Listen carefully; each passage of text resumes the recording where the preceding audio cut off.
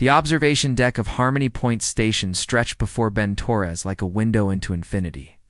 Stars scattered across the darkness like diamonds on black silk. And somewhere among them lay Earth. His home, so small and distant now. Ben pressed his palm against the cool metal wall and took a deep breath. Tomorrow would mark his 3rd week as humanity's cultural ambassador to the Galactic Council, and he still felt like he was pretending to belong here. Another sleepless night, Ambassador Torres. Ben turned to find Director Kess approaching, her blue-scaled skin catching the starlight. The Aquaran diplomat had become something like a friend during his stay, one of the few beings willing to speak with him beyond formal pleasantries. Just thinking, Ben replied, offering a tired smile. Earth customs don't include much preparation for interstellar diplomacy. I keep wondering if I'm doing this right. Kess tilted her head, gills fluttering slightly with what Ben had learned was amusement. You worry too much about protocol. Your species brings something fresh to these halls. Fresh might be a polite way to say chaotic, Ben said with a laugh. Perhaps, but chaos can be good sometimes. The council has grown quite predictable over the centuries. Before Ben could respond, the station's communication system crackled to life. All diplomatic representatives, please report to Conference Hall Alpha for the arrival of the Zerathi delegation.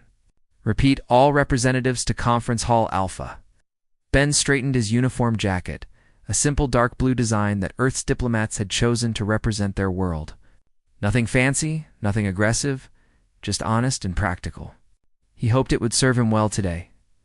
Conference Hall Alpha buzzed with quiet conversation when Ben arrived. The massive chamber could easily hold 500 beings, but today, only 37 delegates filled the space. Each species claimed their traditional section, the tall. Silver-skinned centauri near the windows, the insectoid vex clustering in the corners, the crystalline lithans standing. Motionless like living statues, Ben took his assigned seat in what other delegates called the new section, a row of chairs set aside for species that had joined the council within the past century. Only 3 chairs were occupied: himself, Ambassador Eric of the Poland system, and Representative Nova from the Spiral colonies. The newcomers? First time meeting the Zerathi? Nova asked, her translucent skin shifting colors with curiosity. Ben admitted. I've read the files, but that's different from meeting someone face to face. The Zerathi value logic above all else, Eric said, his forearms folding in what Ben recognized as the Poland gesture for respect. Princess Zira especially. They say she can solve mathematical equations that would challenge their greatest computers. Motion is considered a weakness in their culture, Nova added. They believe pure logic leads to the best decisions. Ben nodded, though something about that philosophy troubled him. How could logic alone guide someone through the complexities of life? How did the Zerathi handle loss, joy, love, or any of the 1,000 feelings that made existence meaningful? The chamber doors opened with a soft hiss, and the Zerathi delegation entered. Princess Zero walked at the front, and Ben immediately understood why she commanded such respect. She stood nearly 7 feet tall, her skin a pale shade of silver that seemed to glow from within. Her hair fell in straight lines to her shoulders, white as starlight, and her eyes held the deep purple color of distant nebulae. She wore robes of midnight blue that managed to look both elegant and practical, and she moved with the confidence of someone who had never doubted her place in the universe. Behind her walked 6 other Zerathi, each one tall and composed, their faces showing no emotion as they took their seats in the section reserved for major powers. Director? Kess stood and raised her arms for attention. Honored delegates, gather today to welcome Princess Zira of the Zerathi Empire to Harmony Point. As per council tradition, we will begin with a formal dinner, followed by 3 days of cultural presentations and discussions.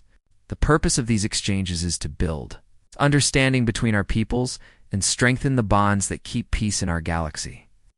Polite applause filled the chamber. Ben clapped along, but his eyes kept drifting to Princess Zira. She sat perfectly straight, hands folded, expression neutral. Like a beautiful statue, he thought. and immediately felt guilty for the comparison. The dinner took place in the station's main hall, a circular room with a domed ceiling that displayed a real-time view of space around them.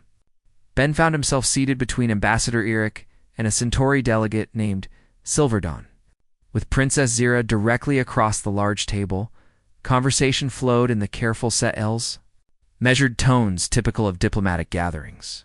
Delegates discussed trade routes, technological exchanges, and various council policies. Ben listened more than he spoke, still learning the subtle art of saying much while revealing little. The mining rights in Sector 7 remain a complex issue, announced Chancellor Vorth, the Centauri delegation leader.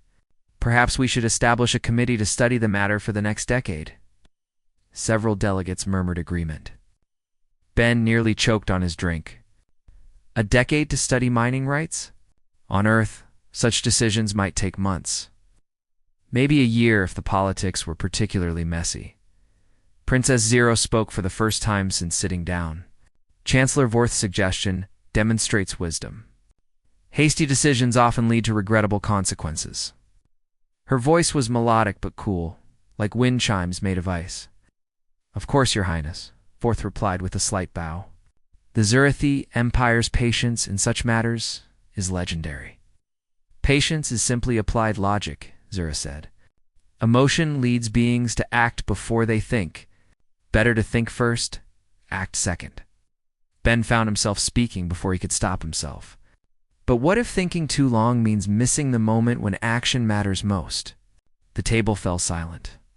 Ben realized every eye was on him, including Princess Zira's striking purple gaze. Heat crept up his neck as he understood he had just challenged the philosophical foundation of Zirithi culture. An interesting perspective, Ambassador Torres Zira said, her tone giving nothing away. Can you provide an example? Ben's mind raced. He could apologize, back down, change the subject. Instead, he found himself leaning forward slightly. Well, Your Highness, what about friendship? If I spent years carefully analyzing whether someone deserved my trust, by the time I finished thinking, they might have moved on, or assumed I wasn't interested in knowing them. Friendship based on insufficient analysis often proves disappointing, Zero replied. Maybe Ben said. But friendship, based on no emotional risk at all, never gets the chance to exist. Silence stretched between them. Ben could feel the discomfort of other delegates, the weight of cultural tension in the air. Then Princess Zira did something unexpected. She tilted her head slightly, studying him with what looked like genuine curiosity rather than offense. You suggest that emotional risk serves a logical purpose? I think emotion and logic work better together than apart, Ben said. Logic tells me the statistics on friendship, how often people disappoint each other, how relationships can cause pain. But emotion tells me that connection with others is worth those risks.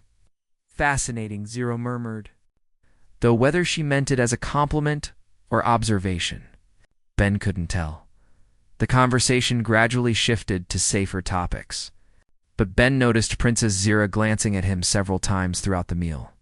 When Chancellor Vorth told a long, dry joke about galactic tax codes, Ben was the only one who laughed, not because the joke was funny, but because the Chancellor looked so hopeful about getting a reaction.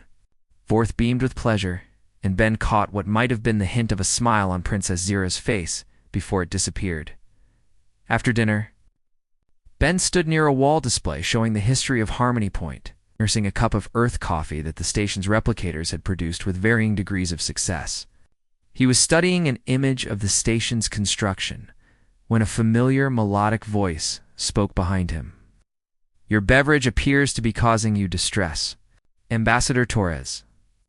Ben turned to find Princess Zira approaching, her robes rustling softly against the floor. Up close, he could see that her skin really did seem to glow from within, and her eyes held depths that reminded him of looking into space itself. Coffee, Ben explained, holding up his cup.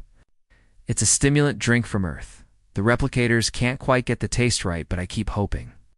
You continue to consume something that disappoints you? Hope springs eternal, Ben said, then realized she might not understand the phrase. I mean, I keep believing it will get better. Illogical, Zira observed, but her tone seemed more puzzled than critical. Probably, Ben agreed cheerfully. But hope isn't really about logic. It's about believing things can improve, even when evidence suggests otherwise.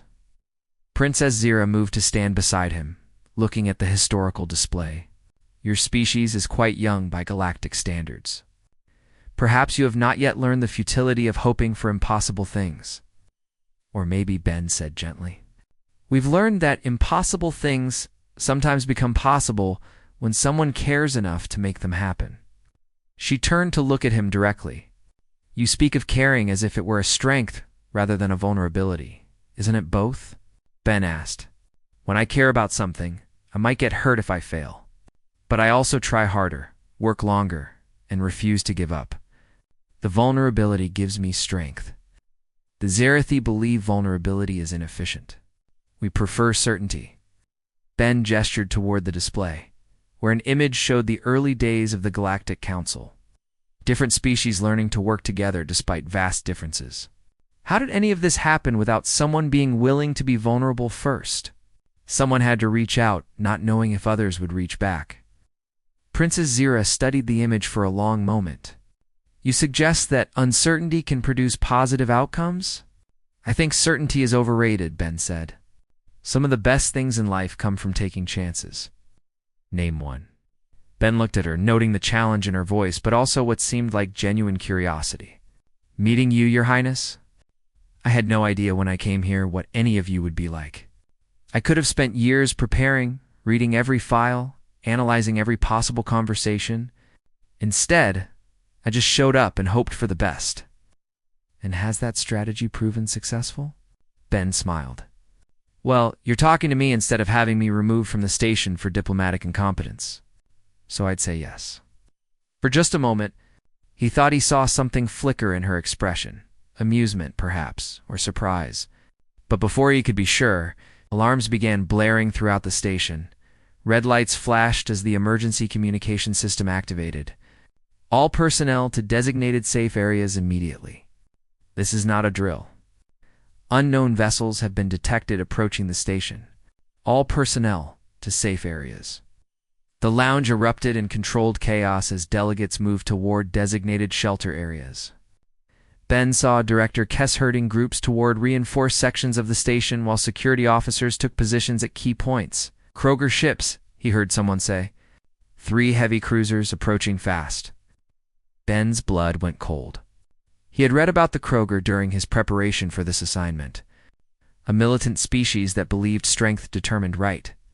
They had been raiders and conquerors for centuries before the Galactic Council. Convinced them to join through a combination of pressure and benefits. Their membership remained tense at best. Their demanding surrender of the station, Security Chief Talon announced to the assembled delegates, his insectoid features clicking with agitation. They claim we are harboring enemies of their state. Possible, Chancellor Vorth declared. This is a neutral station under Council protection. Tell them that, Director Kess replied grimly. They're not responding to diplomatic channels. Ben looked around at the gathered delegates. Panic showed on some faces, while others maintained careful composure. Princess Zira stood near the Zerathi delegation, her expression unreadable as always, but Ben noticed her hands clenched into fists at her sides. What do they want specifically? Asked Representative Nova. They haven't said. Just immediate surrender or they'll take the station by force. The weight of the situation settled over Ben like a heavy blanket. Hundreds of beings lived on Harmony Point, diplomats, staff, civilians. If the Kroger attacked, many would die. The Council fleet was days away. The station's defenses were designed for defense against pirates, not military-grade warships. Unless an idea began forming in Ben's mind. It was crazy, probably impossible, and almost certainly suicidal for his diplomatic career. But as he looked around at the frightened faces, he realized that sometimes impossible things became possible when someone cared enough to try. Director Kess, Ben said, stepping forward. Let me talk to them. The room fell silent. 50 pairs of eyes turned toward him with expressions ranging from shock to concern to outright disbelief. Ambassador Torres Kess said carefully, the Kroger view humans as weak newcomers. They're unlikely to listen to anything you have to say. Maybe, Ben acknowledged. But they're also not listening to anyone else. What do we have to lose? Your life, for one thing, Princess Zira said quietly, moving closer to him. The Kroger respect only strength. They will see any attempt at negotiation as weakness to be exploited. Ben met her purple gaze, seeing something there that might have been concern. Your Highness, you said earlier that emotion is vulnerability, and vulnerability is inefficient.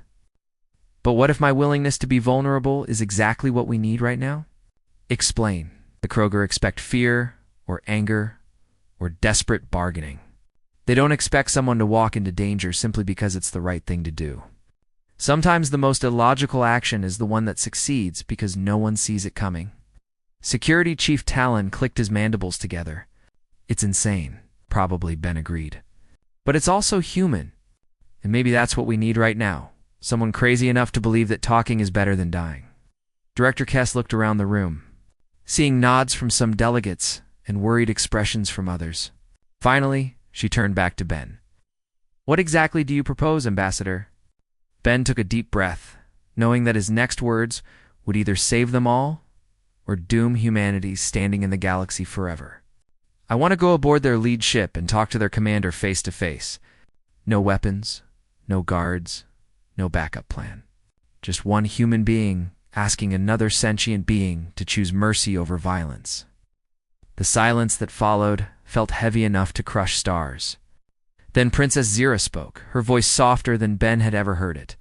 Why would you risk everything for people you barely know? Ben looked at her, then at the faces around him, beings from dozens of worlds, representing hundreds of billions of lives. Because, Your Highness, that's what humans do. We care about strangers. We hope for impossible things. And sometimes, we're just crazy enough to save the day. As alarms continued to wail around them, Ben Torres prepared to bet his life on the most human trait of all, the belief that understanding could triumph over force, and that even the most unlikely friendships could begin with someone brave enough to extend their hand first. The Kroger ships grew larger on the view screen, their dark hulls bristling with weapons, while Ben steeled himself for a conversation that would determine the fate of everyone aboard. Harmony Point Station. Director Kess stared at Ben Torres as if he had just suggested jumping into a black hole for fun. Around them, the emergency lights continued flashing red, casting strange shadows across the faces of the assembled diplomats. Ambassador Torres, she said slowly. The Kroger commander is named War Chief Thrak. He has destroyed 17 civilian stations in the past decade. His ship carries enough firepower to turn Harmony Point into space dust. Then talking to him is our only option, Ben replied, trying to sound more confident than he felt. Director, please open a channel to the Kroger flagship. This is madness, Chancellor Vorth declared, his silver skin pale with worry. The human will get us all killed with his emotional thinking. Princess Zira stepped forward, her purple eyes fixed on Ben. Ambassador Torres, you spoke earlier about vulnerability being strength. Do you truly believe that, or are you simply desperate? Ben met her gaze steadily. Your Highness, I believe that sometimes the bravest thing you can do is show someone else that you're not afraid to be human. And if War Chief Thrak decides to kill you for your trouble, then at least I'll die trying to save people instead of hiding and hoping someone else solves the problem. Something shifted in Princess Zira's expression. She turned to her own delegation and spoke in rapid Zirathi. Her advisors responded with obvious alarm, but she silenced them with a sharp gesture. Very well, she announced to the room. I will accompany Ambassador Torres. The lounge erupted in shocked voices. Ben felt his heart skip a beat as he stared at her. Your Highness, that's not necessary, he said quickly. This is my plan, my risk. The Kroger respects strength, Zira replied calmly. A human diplomat alone might seem weak to them. A human diplomat accompanied by Zerathi royalty sends a different message. Princess Zera, Director Kess protested, if something happens to you, the Zerathi Empire will hold the council responsible. If something happens to any of us because we chose fear over action, we will all be responsible, Zira said firmly. Director Kess, please arrange transport to the Kroger flagship. Ben wanted to argue, to tell her she didn't need to risk herself for his crazy plan. But looking at her composed face, He realized she wasn't doing this just to help him. She was making her own choice, for her own reasons. 20 minutes later, Ben found himself aboard a small council shuttle with Princess Zira, flying toward the massive Kroger warship that hung in space like a metal predator. Through the viewport, he could see the ship's dark hull bristling with weapon systems, each one capable of destroying their tiny shuttle without effort. "Are you frightened, Ambassador Torres?" Zira asked softly. "Terrified," Ben admitted. "But sometimes being scared just means you understand how important something is." The Zerathi are taught to eliminate fear through logical analysis. "Fear clouds judgment," maybe Ben said, watching the Kroger ship grow larger. "But fear also keeps me alive. It makes me careful, makes me think about consequences. And right now, it's reminding me that every person on Harmony Point is counting on us to get this right." Princess Zira was quiet for a moment. "On my world, we would have calculated the odds of success, analyzed War Chief Thrak's psychological profile, and developed a strategy based on probable outcomes. What would those odds be?" "Approximately 12% chance of success," Ben laughed, surprising himself with how genuine it sounded despite his fear. "Well, that's better than 0%. I'll take 12% odds if it means trying to save lives. You find humor in our probable death?" "I find hope in our 12% chance," Ben replied. "Your Highness, has anyone ever told you that sometimes the best things happen when the odds are against you?" Before she could answer, their shuttle's communication system crackled. A harsh voice spoke in accented Standard Galactic. "Shuttle, you will dock in Bay 7. Any sudden movements will result in your destruction. Any weapons will result in your destruction. Any behavior we find displeasing will result in your destruction." "Friendly," Ben muttered, earning what looked suspiciously like a smile from Princess Zira. Bay 7 turned out to be a cavernous space filled with fighter craft and armed soldiers. The Kroger were tall, broad-shouldered beings with dark green skin and prominent ridges along their foreheads. Each one carried weapons that looked capable of punching holes through. Starship Holes. War Chief Thrak waited at the center of the bay, surrounded by his officers. He stood nearly 8 feet tall, his scarred green skin telling the story of countless battles. His eyes were small and dark, studying Ben and Zira with the calculating gaze of a predator, evaluating potential prey. So Thrak rumbled, his voice like distant thunder. "The Council sends a child and a princess to face the Kroger fleet. Do they think we are impressed by royal blood and diplomatic immunity?" Ben stepped forward, forcing himself not to show how intimidated he felt. "War Chief Thrak, I'm Ambassador Ben Torres of Earth. Thank you for agreeing to meet with us." "I agree to nothing," Thrak snapped. "You flew here uninvited? Speak quickly before I decide you are wasting my time." "We're here because we want to understand what you need," Ben said simply. "You demanded the surrender of Harmony Point, but you haven't said why. Help us understand what's wrong so we can fix it." Thrak's eyes narrowed dangerously. "You think this is a negotiation? You think the Kroger explain themselves to weaklings?" "I think you're here for a reason," Ben replied, keeping his voice steady. "And I think that reason matters to you, or you wouldn't have brought 3 warships to make your point." "The reason is simple," Thrak snarled. "The Council harbors enemies of the Kroger state. We demand their surrender." "What enemies?" Princess Zira spoke for the first time, her cool voice cutting through the tension. "Harmony Point is a neutral station. No one can be harbored here without Council oversight. The Vex delegation includes 3 individuals who committed crimes against Kroger colonies," Thrak said. "They hide behind diplomatic immunity, but Kroger justice is longer than Council protection." Ben felt a chill run down his spine. The Vex were insectoid beings known for their complex hive societies and merchant activities.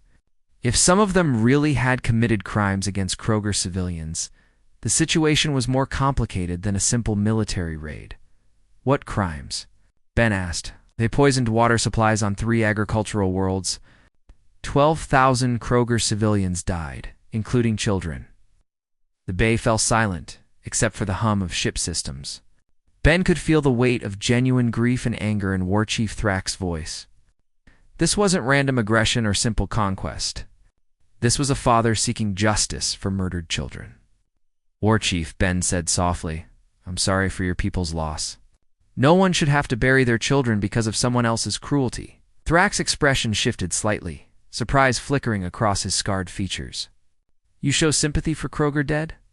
I show sympathy for anyone who loses family, Ben replied. Pain is pain, no matter what species feels it. Pretty words, Thrak said, but his tone was less hostile than before. The council offered pretty words too. They said there would be investigations, trials, justice through proper channels. 3 years later, the criminals still hide behind diplomatic immunity. Ben glanced at Princess Zira, seeing his own thoughts reflected in her purple eyes. The council's careful, methodical approach to justice had failed here. While they debated procedures and protocols, a father's rage had festered into the kind of anger that brought warships to neutral stations. What if we could offer something better than pretty words? Ben asked. Speak. Ben took a deep breath, knowing he was about to either save the day or destroy his career forever. What if we could offer you real justice, witnessed by the galaxy, that would honor your dead and prevent future crimes? Impossible, Thrak said, but Ben heard curiosity beneath the skepticism. Maybe not, Ben said. Your Highness, the Zirathi Empire has ancient laws about crimes against civilians, don't they? Princess Zira caught on immediately. The Code of Merciful Justice. It supersedes diplomatic immunity in cases involving mass murder of non-combatants. And the Kroger are council members, Ben continued. Which means you have the right to invoke those laws if you can prove your case. War Chief Thrak studied them both with growing interest. You suggest putting the criminals on trial under Zirathi law? I suggest putting them on trial under galactic law, witnessed by representatives of every major power, Ben said. No hiding, no immunity, no pretty words without action. Just justice, done in the light where everyone can see it. And if they are found guilty? Princess Zira spoke with quiet authority. The penalty under the Code of Merciful Justice for mass murder of civilians is exile to a penal colony, followed by supervised community service to repair damages to the affected populations, not death. The Code believes that forcing criminals to spend their lives helping those they harmed is a more fitting punishment than simply ending their existence, Zero explained. They live, but they live to serve others. Ben watched War Chief Thrak carefully, seeing the internal struggle on the Kroger's face. This was a being raised in a culture where strength meant everything, where justice came from the edge of a blade. But he was also a father who had lost children, and perhaps part of him was tired of carrying anger like a weapon. Why do you care? Thrak asked suddenly, focusing his dark eyes on Ben. These are not human dead. This is not human justice. Why does a stranger from a young species involve himself in Kroger grief? The question hung in the air like a challenge. Ben felt Princess Zira watching him, along with every Kroger officer in the bay. His answer here would determine not just whether they avoided a battle, but what kind of galaxy they were all building together. Ben said simply, I have a little sister back on Earth. Her name is Amy, and she's 7 years old. She has brown hair and green eyes, and she laughs when our dog steals her homework. If someone hurt her, if someone took her away from our family, I would want justice too. Paused, seeing something shift in Thrak's expression. But more than that, Ben continued, I would want to live in a galaxy where beings care about each other's children, even when they're not the same species. Where justice means healing instead of just revenge. Where fathers don't have to choose between grief and hope. You speak of hope again. Princess Zira observed quietly. Yes, Ben said, looking at her before turning back to Thrak. I hope that someday, when my sister Amy grows up and travels among the stars, she'll find a galaxy where beings like you and me and Her Highness have learned to protect each other's children instead of just our own. War Chief Thrak was silent for a long moment. Around them, his officers shifted restlessly, hands near weapons, waiting for orders that could mean battle or peace. This trial you propose, Thrak said finally, it would be public? No secret proceedings? No diplomatic hiding? Broadcast to every world in the galaxy, Ben promised. Full transparency with representatives from the Kroger, Zerathi, Council, and neutral observers. Justice done in the light for everyone to see. And if the criminals are found innocent, then they're innocent, Ben said simply. Real justice means accepting results even when we don't like them. And if they're found guilty, then they spend the rest of their lives making amends to the families they destroyed, Princess Zira said. Working to rebuild what they broke, serving those they harmed. Thrak looked between them for a long moment. You two are strange allies, he said finally. A human who thinks with his heart, and a Zerathi who speaks of mercy. Maybe that's what makes it work, Ben said with a small smile. To everyone's surprise, War Chief Thrak actually laughed, a deep, rumbling sound that echoed through the bay. Perhaps small human, perhaps. He turned to his officers and spoke rapid commands in the Kroger language. Ben caught enough words to understand that Thrak was ordering the fleet to stand down and prepare for extended negotiations. Very well, Thrak said, turning back to Ben and Zira. We will try your path of justice and hope. But understand this. If the Council attempts to protect these criminals through politics and delay, the Kroger fleet will return. And next time, there will be no talking. Understood, Ben said. War Chief, thank you for choosing to trust us. Do not thank me yet, young ambassador. Thank me when justice is done, and my people's dead can rest in peace. The return journey to Harmony Point passed in contemplative silence. Ben stared out at the stars, hardly believing that his desperate plan had actually worked. Beside him, Princess Zira sat with perfect posture as always. But he noticed her hands relaxed in her lap instead of clenched. Ambassador Torres, she said finally, as their shuttle approached the station's docking bay. He corrected gently. After everything we just went through together, I think we can use first names.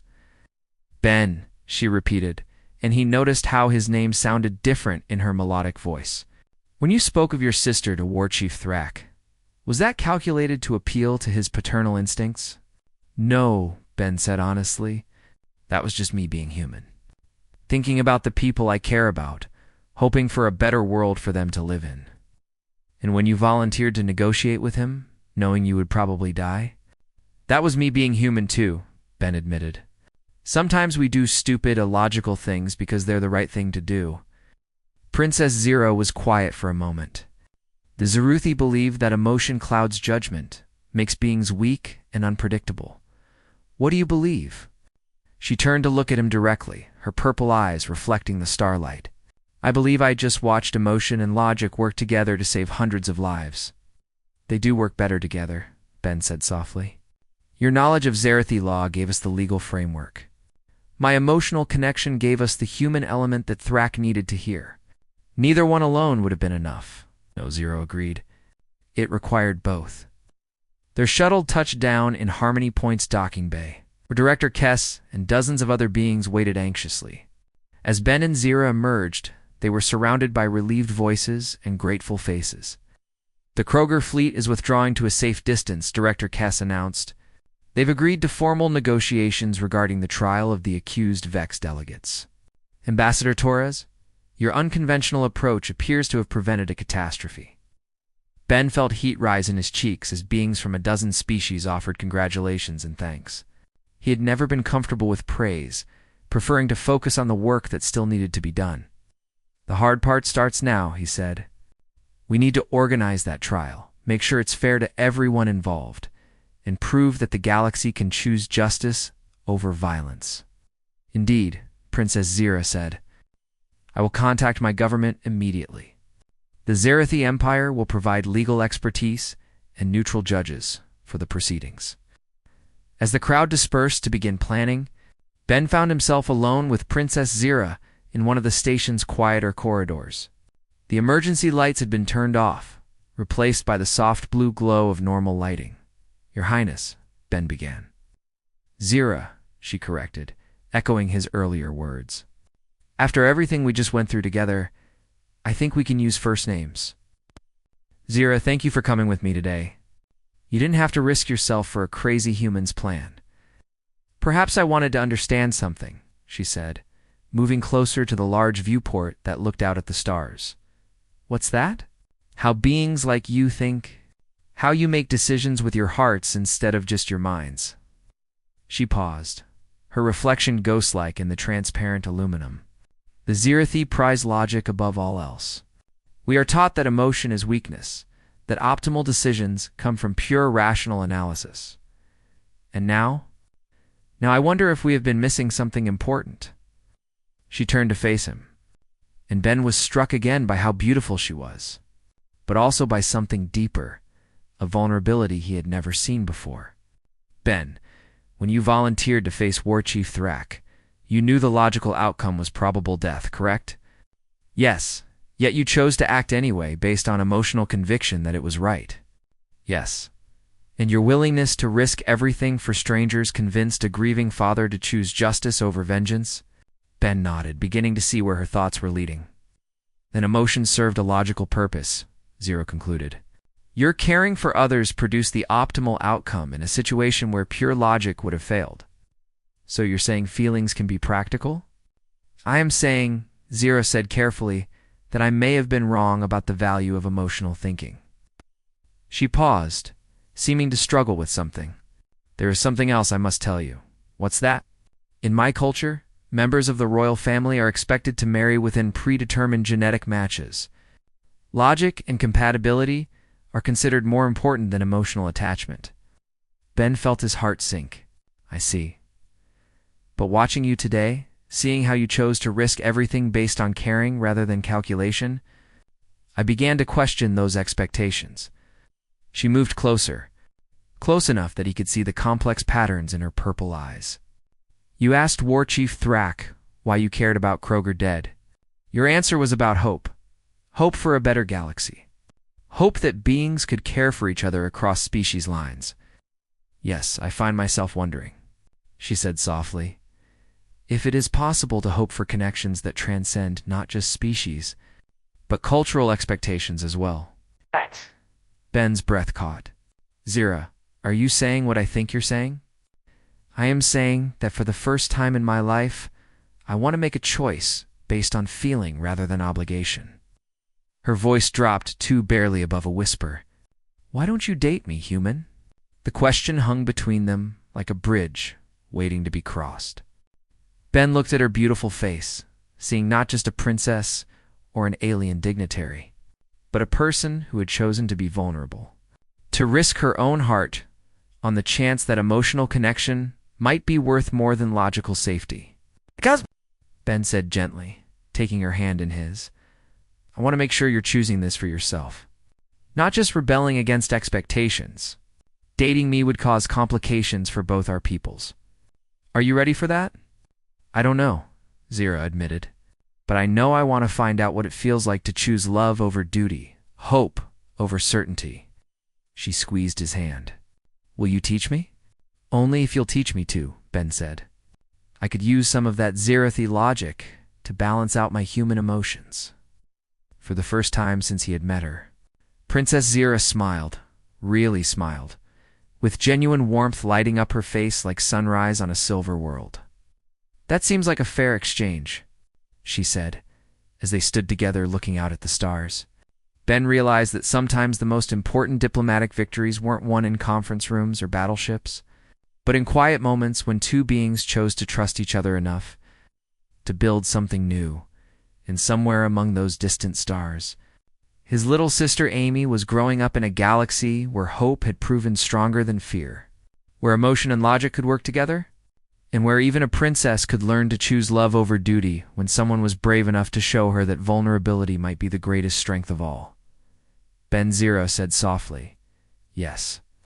Earlier, when you laughed at Chancellor Vorth's joke, even though it wasn't funny, why did you do that? Because he wanted people to laugh? Sometimes making someone else happy is more important than being right. Zira considered this for a moment. Then, to Ben's amazement, she began to laugh softly at first, then with growing warmth. The sound like music echoing through the corridor. What's so funny? Ben asked, though he was smiling too. I just realized. She said between laughs that I spent my entire life avoiding illogical behavior. And the most logical thing I've ever done is fall for a completely illogical human." Ben joined her laughter. And together they discovered that sometimes the best diplomatic achievements couldn't be measured in treaties or trade agreements, but in the simple miracle of two hearts learning to speak the same language across the vast distances between worlds.